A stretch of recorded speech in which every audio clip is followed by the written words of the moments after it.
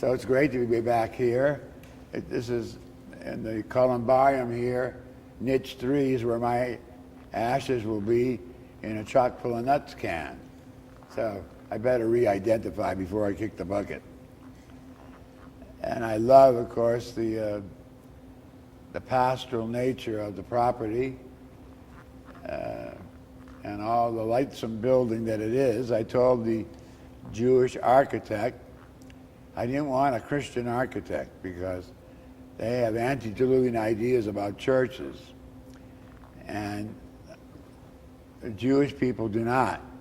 In fact, their model is synagogue, which is, of course, where Jesus started.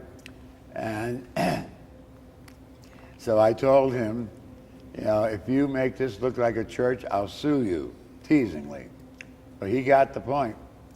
So this does not look like a church. And the church is the people, so until the people get in here, it's just another building anyway. Churches are assembly halls. They're synagogues, places for people to gather. And before they had synagogues and the temple, they had tents. And before that, they had the open air. So there's nothing really new about it. Theology, architecture is supposed to follow theology.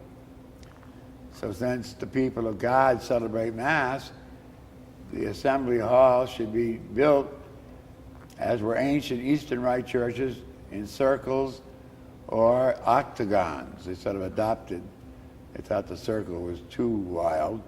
So the Eastern Rite churches and the Orthodox churches of today, a lot of them you'll see are octagonal, like St. Helen and Constantine in downtown Newport News is, which is now a restaurant. They moved out and built a bigger church.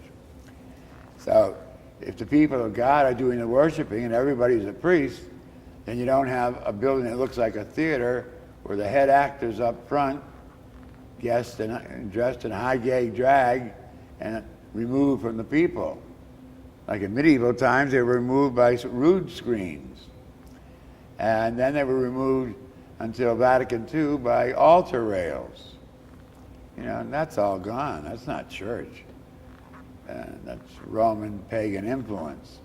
So this building reflects where the people of God are. And you don't have any pews.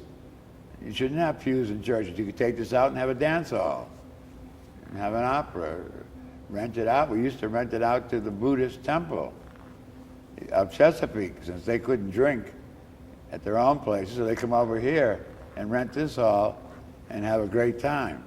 So everything should be multi-use, especially if, you know, in a good parish, half the money is going to go to the poor anyway.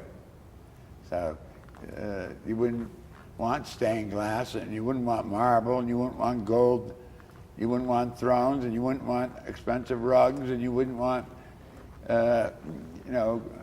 golden tabernacles. That's all against what Jesus stood for and what we really believe in as church. So this building reflects the people of God's place to worship and to do 1,000 other things. Pick up all the chairs in 20 minutes and have a dance or have a funeral brunch or whatever you want.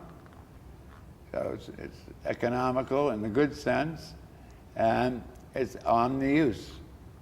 You know, Boy Scouts come. The kids from the YMCA used to come here and get picked up.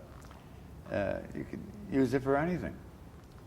So it's nice to be back.